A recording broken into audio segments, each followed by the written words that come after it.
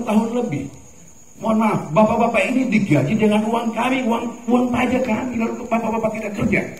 Saya sarankan kepada pengacara, gunakan hak rakyat, bisa rakyat menggugat kapasitas mereka. Pejabat-pejabat mereka memiliki kewenangan kemudian tidak melakukan tindakan. Paling tidak ada usaha preventif. Kalau sekarang menjadi apa? Sudah jadi bubur.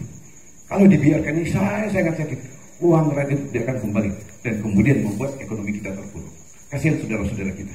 Mungkin demikian dari saya. Bang jago, abang jago, sorry bang jago, ampun bang jago.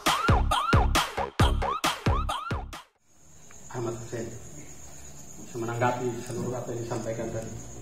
Nampaknya mengarah ke OJK semua. Baik, terima kasih. Tadi saya sudah mendengarkan semuanya. Ini ada keluh kesah, ada masukan, ada kritik juga, ada ekspektasi yang lebih kepada otoritas jasa keuangan. Saya ucapkan terima kasih bapak-bapak dari pengamat, lawyer, juga dari notaris, bahkan mungkin dari bapak-bapak yang hadir di sini.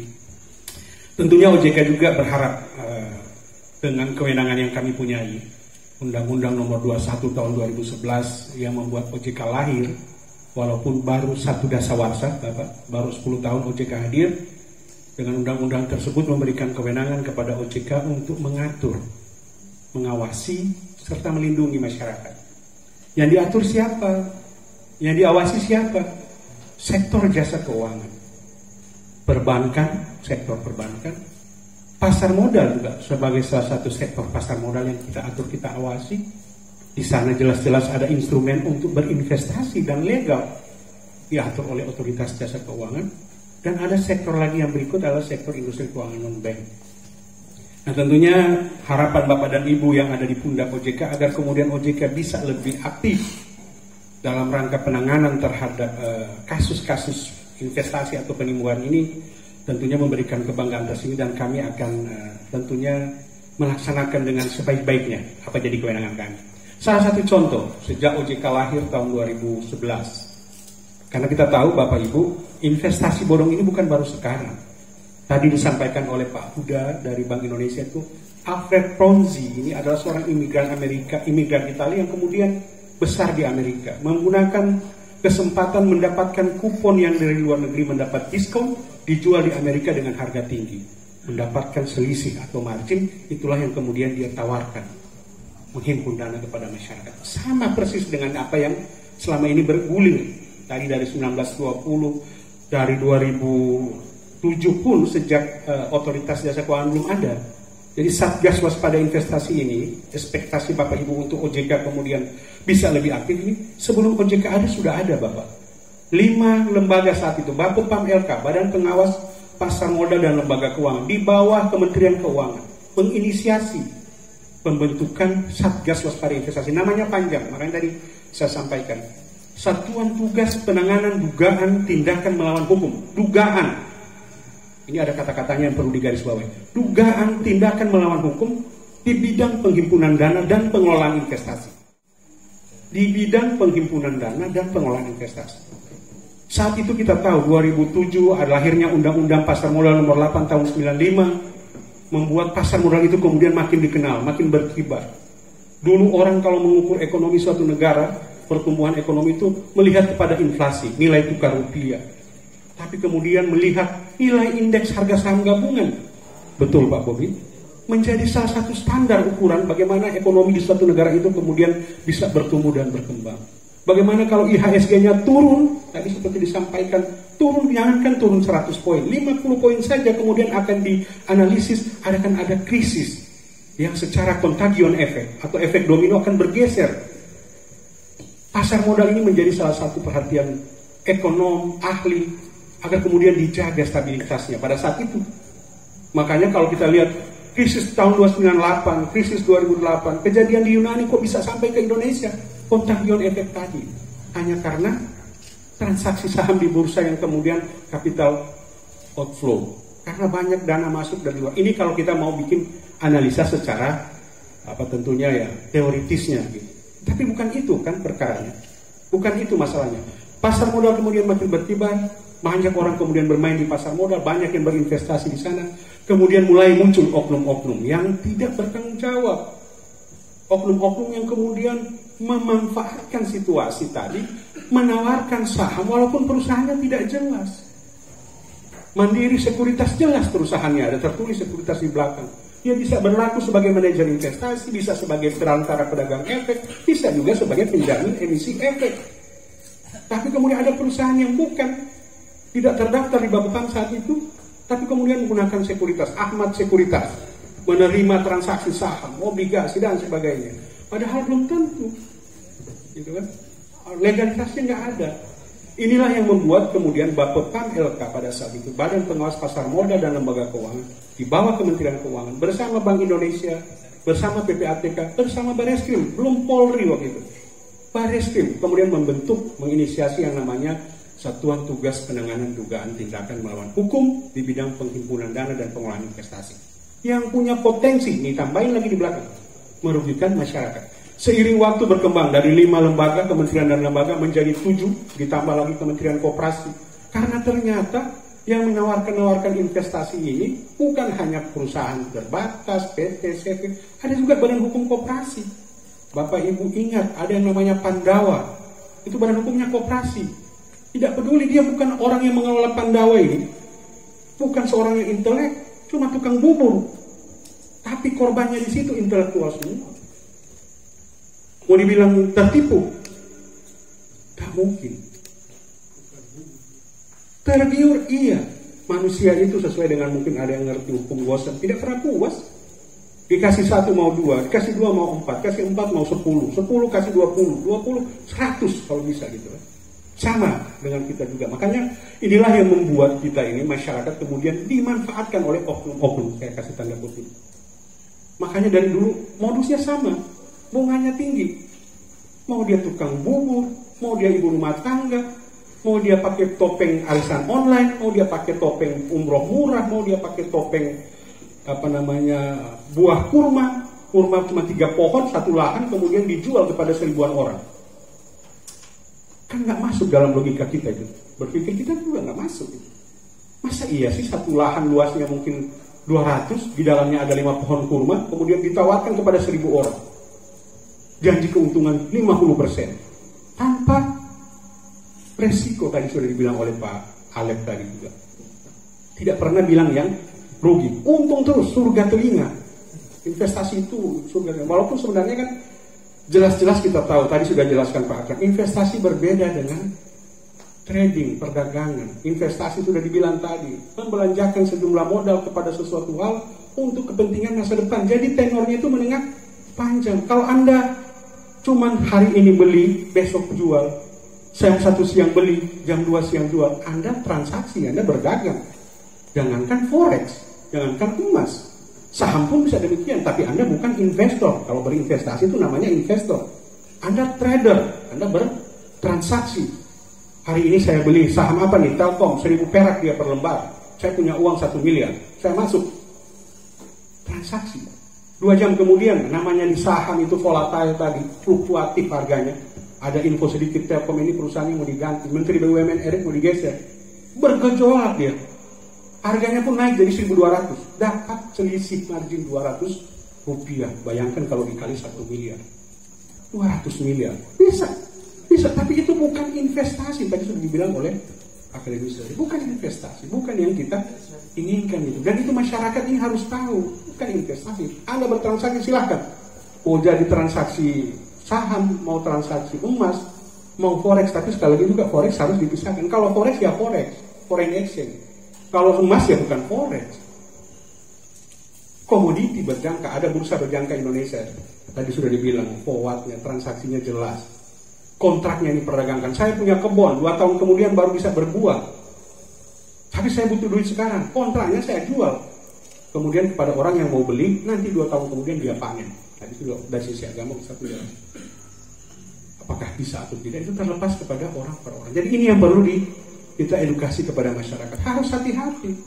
Jadi membedakan mana transaksi, investasi. Apalagi kalau kemudian orang mengatakan, ayo, taruh duitnya di sini, 10 juta dalam 1 bulan menjadi 15 juta.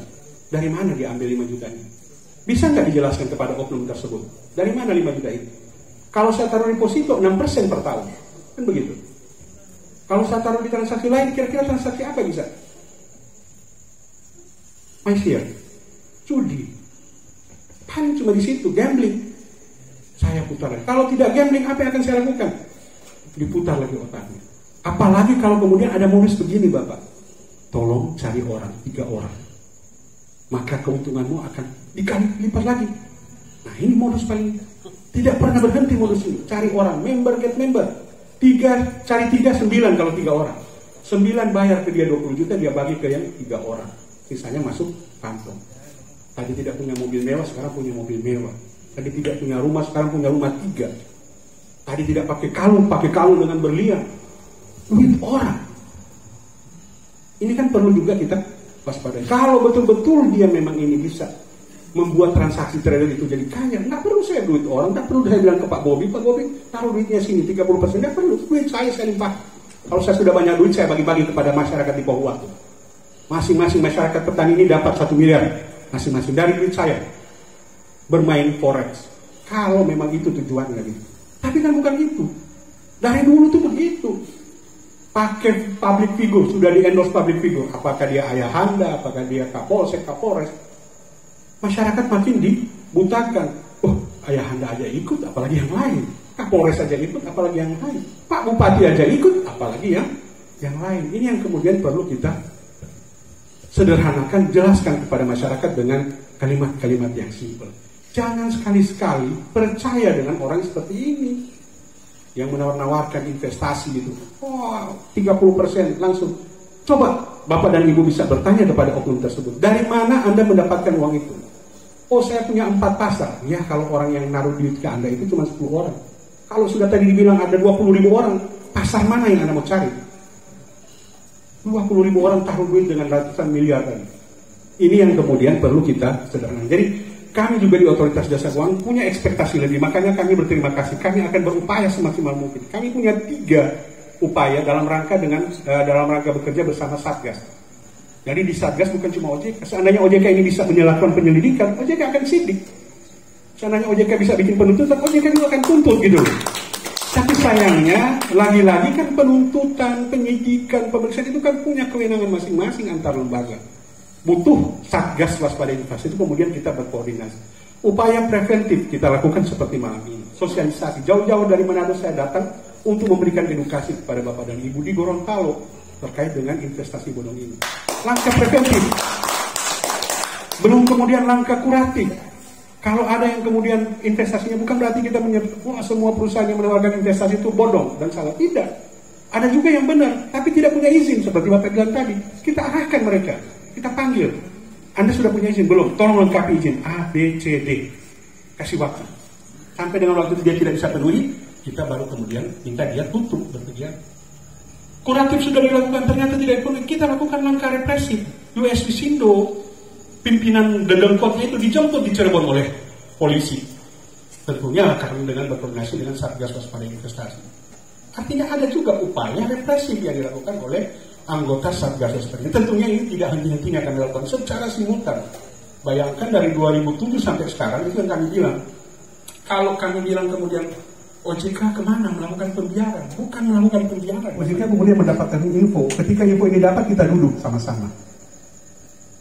Best profit misalnya disebut tadi itu. Tanya kepada Bapepti, tanya kepada Kementerian Perindustrian, apakah punya izin? Punya, Pak. Oh gitu, coba lihat yang di Gorontalo itu yang menjalankan si A, si B, si C punya izin nggak?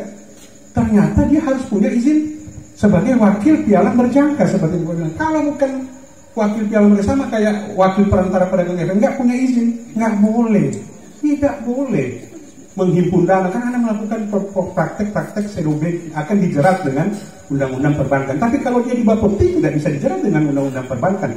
Inilah yang membuat kami harus mungkin lebih berkoordinasi, lebih optimal ya, lebih maksimal bersama dengan kementerian, tentunya dengan stakeholder yang lain. Dengan pihak kepolisian pun kami lakukan hal yang sama. Kami MOU, kemudian agar ditindaklanjuti. Syukur mungkin kalau ada pihak kepolisian di sini, beliau tahu. Beliau juga sudah berupaya datang ke kantor OJK, bertabayun, bertanya kepada OJK. Tolong jelaskan kepada kami soal forex. Kami jelaskan A sampai Z. Oh begitu. Berarti nggak boleh? Nggak boleh, Pak. Apakah si oknum ini, si AR ini punya izin? Tanya Pak itu, punya aja.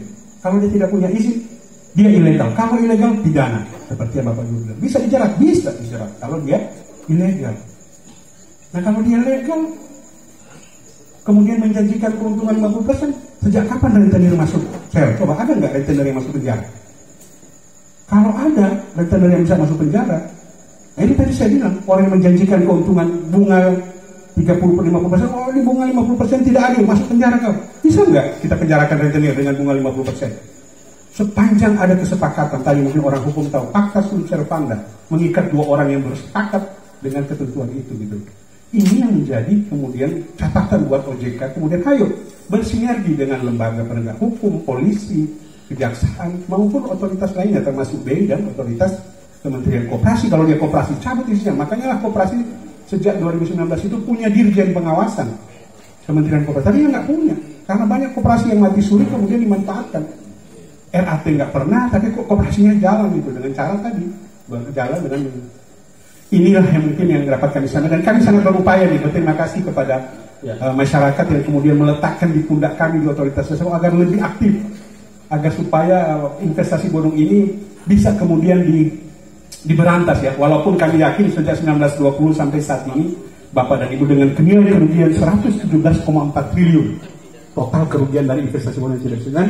Satu lagi mungkin sedikit yang akan kami disampaikan, mungkin tadi sudah banyak dijelaskan bahwa investasi bodong ini karena mungkin tingkat pemahaman literasi, kemudian ada misleading informasi atau asimetris informasi yang diberikan, yang diterima masyarakat, mungkin benar. Tapi satu hal yang paling penting yang saya tahu, kenapa masyarakat walaupun sudah tahu dia ikut, karena tadi kultur budaya kita yang memang lebih banyak berada di bawah garis kemiskinan. Ini mungkin untuk kita, karena berada di bawah garis kemiskinan hingga muncul ingin keluar dari garis kemiskinan tadi dengan segala cara, upaya apapun, yang penting untung cepat, untung besar dalam waktu cepat, dalam waktu singkat. Inilah budaya yang membuat kita akhirnya ikut ke sana. Dijanjikan 30% dalam 1 bulan, mau. Walaupun harus menggadaikan rumah, menggadaikan mobil, menggadaikan sawah. Jangan sampai menggadaikan harga diri gitu. Itu yang mungkin kami yang sampaikan kepada Bapak dan Ibu. Pak Ahmad Hussein,